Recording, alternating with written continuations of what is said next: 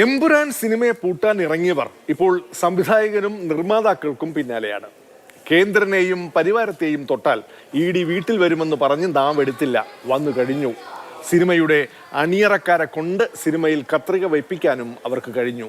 എന്തായാലും സ്വന്തം പ്രൊപ്പഗാൻഡകളുമായി വന്ന കേരള സ്റ്റോറികൾക്ക് കേരളത്തിൽ നിന്നു തന്നെ വന്ന മറുപടി പരിവാര കേന്ദ്രങ്ങളെ വിരളി പിടിപ്പിച്ചുവെന്ന് വ്യക്തം.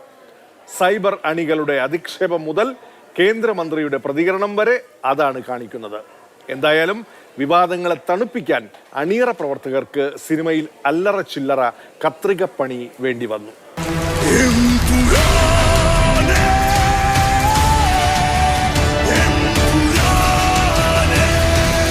എമ്പുരാന്റെ പരിഷ്കരിച്ച പതിപ്പ് തയ്യാർ. വില്ലന്റെ പേരിലും NIA പരാമർശത്തിലും കട്ടും മ്യൂട്ടും. ഞാൻ കട്ടിയില്ല, എനിക്ക് പറ്റൂല. എന്റെ സിനിമനെ ഞാൻ അങ്ങനെ കൊല്ലൂല, എനിക്ക് പറ്റൂല എന്ന് പറഞ്ഞാൽ പറ്റൂല. നമ്മളൊരു സമൂഹത്തിൽ ജീവിക്കുന്നതാണല്ലോ. ഇപ്പം നമ്മൾ മറ്റുള്ള ആൾക്കാരെ ദ്രോഹിക്കാനോ അല്ലെങ്കിൽ വേറെ ആൾക്ക് വിഷമമുണ്ടാകുന്ന കാര്യങ്ങളൊന്നും ജീവിതത്തിൽ ചെയ്യണമെന്ന് ആഗ്രഹിച്ച് സിനിമ ചെയ്യുന്ന ഒരു ഗ്രൂപ്പല്ല ഞങ്ങളാരും. ഈ സിനിമ വന്നപ്പോൾ ഏതെങ്കിലും ആൾക്കാർക്ക് അതിനകത്ത് സങ്കടമുണ്ടെങ്കിൽ ആ സങ്കടത്തിനെ നമ്മൾ കറക്റ്റ് ചെയ്യേണ്ട ഉത്തരവാദിത്വം ഒരു സിനിമ നിർമ്മാതാവ് എന്നുള്ള നിലയിലും സംവിധായകനും അതിനകത്ത് അഭിനയിച്ച ആൾക്കാർക്കും ഒക്കെ ഒരു ബാധ്യതയുണ്ടെന്ന് വിശ്വസിക്കുന്ന ഒരാളാണ് ഞാൻ.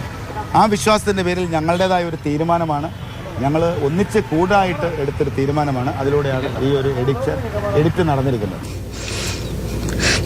മലയാള സിനിമ നശിച്ചു പോട്ടെ. വെറും ഡ്രാമയാണ് അവിടെ നടക്കുന്നത്, അത്ര എനിക്ക് പറയാനുള്ളൂ. വെറും ഡ്രാമ, കച്ചവടത്തിന് വേണ്ടിയുള്ള ഡ്രാമ, അത് മാത്രമാണ് നടക്കുന്നത്. ആരും ആവശ്യപ്പെട്ടിട്ടില്ല മുറിക്കാൻ, അവര് തീരുമാനിച്ചതാണ്. ഇത് വേറെ ആരുടെ നിർദ്ദേശപ്രകാരമൊന്നുമല്ല, ഞങ്ങളുടെ സ്വന്തം ഇഷ്ടപ്രകാരം തന്നെ ചെയ്തിരിക്കുന്നതാണ്. ഗാലറിയിൽ ഇരുന്ന് വിസിലടിക്കുന്ന പോലല്ല ഗ്രൗണ്ടിൽ ഇറങ്ങി കളിക്കുന്നത്.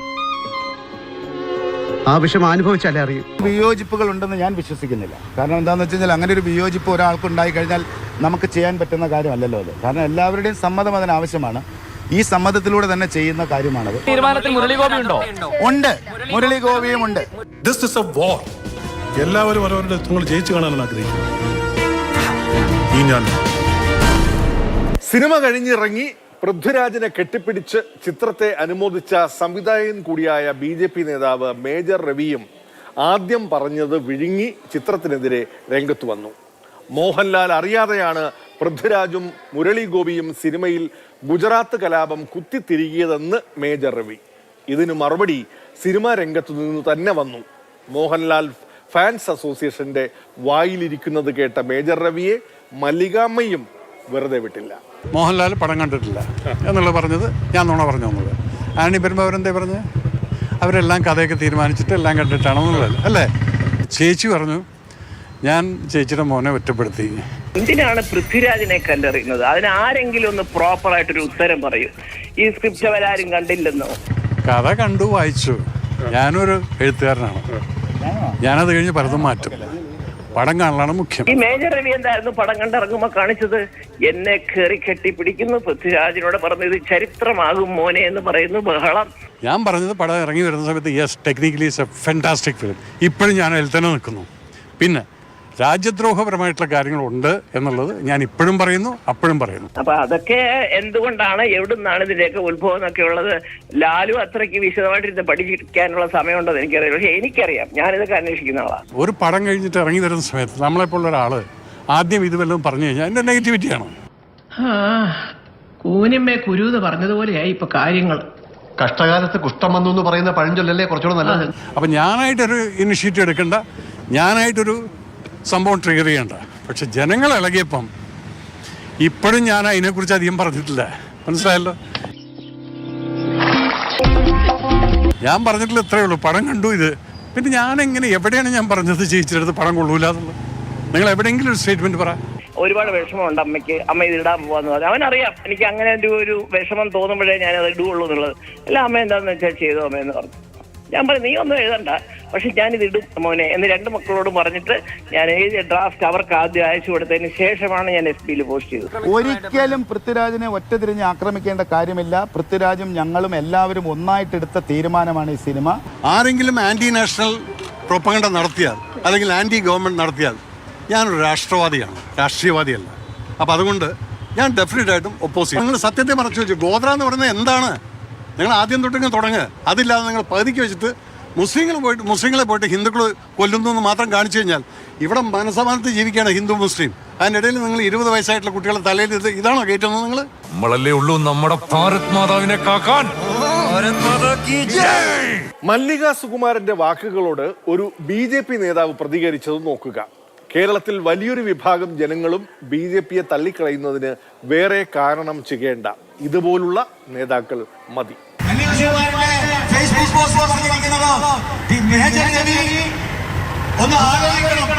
പൃഥ്വിരാജിനെ ഒറ്റപ്പെടുത്തുന്നത് അത് ശരിയാണെന്ന് എല്ലാ കാര്യവും മേജർ രവി മനസ്സിലാക്കണം. എല്ലാ കാര്യവും മോഹൻലാലിനോട് പറഞ്ഞിട്ടാണ് ചെയ്തത്. അതിനർത്ഥം മോഹൻലാലിനെ പരോക്ഷമായി എതിർക്കുക, മേജർ രവിയെ പ്രത്യക്ഷമായി എതിർക്കുക. മല്ലിക സുകുമാരനോട് BJP പറയാനുള്ളത്, നിങ്ങളുടെ വീട്ടില് ഒരാളുണ്ടല്ലോ, ആര്? മല്ലിക സുകുമാരന്റെ മരുമോള്. ആ മരുമകള് അർബൻ എക്സൈസ്, ആ അർബൻ എക്സൈസ് എഴുതിയ പോസ്റ്ററുണ്ട്. അതിലെന്താ പറഞ്ഞോ? നാട്ടിലെ ജനങ്ങളോട് തരത്തിൽ കളിക്കണ എന്റെ ഭർത്താവിനോട് വേണ്ടെന്ന്. ആദ്യം ആ അഹങ്കാരിയെ നിലയ്ക്ക് നിർത്താനാണ് അമ്മായിനെ ശ്രമിക്കേണ്ടത് എന്നാണ് ഞങ്ങൾ പറയാനുള്ളത്. മേഡം അങ്ങനെയുള്ള ഒരു പെണ്ണാണെന്ന് എനിക്ക് തോന്നണില്ലേ? അതൊന്നും എനിക്കറിയാൻ മേല. ഇങ്ങനെ എന്തെങ്കിലുമൊക്കെ പറയുമ്പോഴേ എന്റെ മനസ്സിനൊരു സന്തോഷം ഉണ്ടാവുള്ളൂ. ഞാൻ എന്റെ സന്തോഷം നോക്കിയാ പോരെ. രാഷ്ട്രീയം പറയുന്ന സിനിമ രാഷ്ട്രീയ വിവാദമായി മാറാൻ അധികം നേരമെടുത്തില്ല. സിനിമ കാണൂല എന്ന് പ്രതിജ്ഞയെടുത്തവർ ഒരു വശത്ത്, സിനിമ കണ്ട് പിന്തുണ അർപ്പിക്കാൻ കോൺഗ്രസ് CPM നേതാക്കളും മുഖ്യമന്ത്രിയും മന്ത്രിമാരും ചിത്രം കണ്ട് പിന്തുണ അർപ്പിച്ചു. സിനിമയായി കാണുന്ന ലക്ഷക്കണക്കിന് പേർ തിയേറ്ററുകളിലെത്തി പടത്തെ വൻ ഹിറ്റുമാക്കി.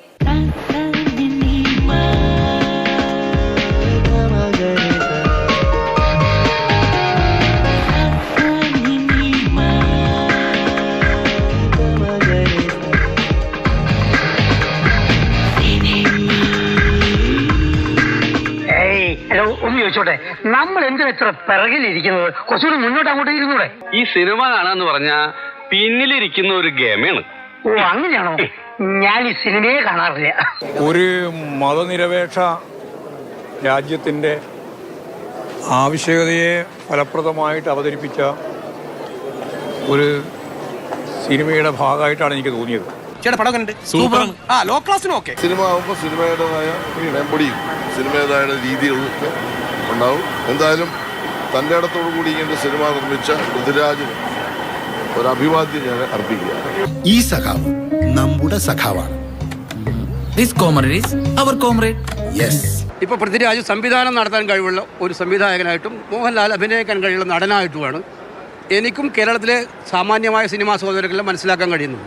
തങ്ങൾക്ക് ഇഷ്ടമില്ലാത്ത കാര്യങ്ങൾ ഒരാൾ പറഞ്ഞാൽ ആടിനെ പേപ്പട്ടിയാക്കി ആ പേപ്പട്ടിയെ തല്ലിക്കൊല്ലാന്നുള്ള പ്രത്യയശാസ്ത്രത്തിലൂടെ അങ്ങനെ അംഗീകരിക്കുന്ന നാടാണോ ഈ കേരളം? സിനിമയായിട്ട് കാണാൻ പറ്റാത്തവർക്ക് എന്തുകൊണ്ടാണെന്ന് വെച്ചാൽ അത് തങ്ങളുടെ അജണ്ട വെളിച്ചത്ത് വരുന്നു എന്നുള്ളത് ബോധ്യപ്പെടുന്നുകൊണ്ടാണ്. അവിടെയാണ് പ്രശ്നം. ഞങ്ങളുണ്ടാവും എപ്പോഴും എന്തിനും. പാർലമെന്റിലും എത്തി എമ്പുരാൻ വർത്തമാനം. ജോൺ ബ്രിട്ടാസും മന്ത്രി സുരേഷ് ഗോപിയും തമ്മിലുള്ള നേർക്കുനേർ ഏറ്റുമുട്ടലിന് കാരണമായി രാജ്യസഭയ്ക്കകത്തും പുറത്തും എമ്പുരാൻ സിനിമ. സുരേഷ് ഗോപിയിൽ പഴയ കഥാപാത്രങ്ങൾ ആവേശിച്ചതിന് തുടക്കം എമ്പുരാൻ ചർച്ചയിൽ നിന്നാണ്. A movie which was censored and released in the theater was asked to go back to the censor board again, and there have been 24 cuts resorted to. Sir, it was the decision of the producers and the lead actor of the film, with the permission of the director of the film, to remove 17 portions from that film. Empuraan സിനിമയിൽ കഥാപാത്രമുണ്ട്. ആരാന്നറിയോ sir? മുന്ന. ആ മുന്നയെ ഇവിടെ കാണാം. ഈ BJP ബെഞ്ചുകളിൽ ഒരു മുന്നയെ കാണാം. ഈ മുന്നയെ തിരിച്ചറിയും മലയാളി, തിരിച്ചറിയും കേരളം, തിരിച്ചറിയും സർ. തന്നോട് 4 വർത്താനം കൂടെ പറഞ്ഞിട്ടേ തിരിച്ചു പോണല്ലോ ചാക്കോച്ചി. അയ്യാ കേട്ടോ, ആരും പറയുന്നതിനിടയ്ക്ക് വിരൽ തള്ളിക്കെടുക്കണം. Does he dare to have a re-release of 51 cuts? TP Chandrasekharan. Left, right, left. Do they have the guts? Does the Chief Minister of Kerala have the guts? They should have the guts to let these 2 films be screened again. ഞങ്ങൾ നേമത്തെ account പൂട്ടിച്ച പോലെ വൈകാതെ തന്നെ ആ account ഞങ്ങൾ പൂട്ടിക്കും. അതിന് വേറൊരു അക്ഷരം മാറ്റണം അതിനകത്ത്. പിന്നെ നിങ്ങള് അതങ്ങ് ബ്രിട്ടാസിന്റെ വീട്ടിൽ കൊണ്ടുവച്ചാൽ മതി കേട്ടോ. സുരേഷ് ഗോപി പറയുന്നതിനെ നമ്മൾ സീരിയസ് ആയി എടുക്കരുത്. ഇത് സുരേഷ് ഗോപി പറയുന്നതിനെ സുരേഷ് ഗോപി പോലും സീരിയസ് ആയി എടുക്കുന്നില്ല. സുരേഷ് ഗോപിയുടെ പാർട്ടി പോലും സീരിയസ് ആയി എടുക്കുന്നില്ല. സുരേഷ് ഗോപി ഏത് പാർട്ടിയിലാണെന്നുള്ള കാര്യം സുരേഷ് ഗോപിക്ക് അറിയില്ല. BJPക്ക് സംശയമുണ്ട്.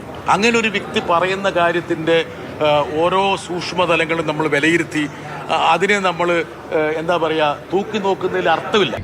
ചത്താലും വിടില്ലേ. ഏറ്റവും രസകരമായൊരു കാര്യം, ഞാൻ മാത്രമല്ല പ്രതിപക്ഷ നിരയിലെ DMKയുടെ നേതാവ് തിരിച്ചു ശിവി ഉൾപ്പെടെ, സമാജ്വാദി പാർട്ടി നേതാവ് രാം ഗോപാൽ യാദവ് ഉൾപ്പെടെ, അതുപോലെ ആം ആദ്മി പാർട്ടിയുടെ സഞ്ജയ് സിംഗ് ഉൾപ്പെടെയുള്ള ആൾക്കാർ ഇന്നലെ എഴുന്നേറ്റെന്ന് പറഞ്ഞൊരു കാര്യമുണ്ട്. ജോൺ ബ്രിട്ടാസ് മുന്ന എന്നും ജൂദാസ് എന്നും 2 പേരുകളാണ് പറയുന്നത്.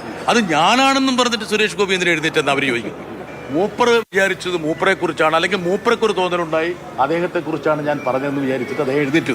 നിന്റെയൊക്കെ സമയമാവുന്നേ ഉള്ളടാ. ആവട്ടെ, അന്ന് തിരിച്ചു വരും ചാക്കോച്ചി. ഓർത്തോ, ഇതൊരു ഇടവേളയാ. And this is just an intervention.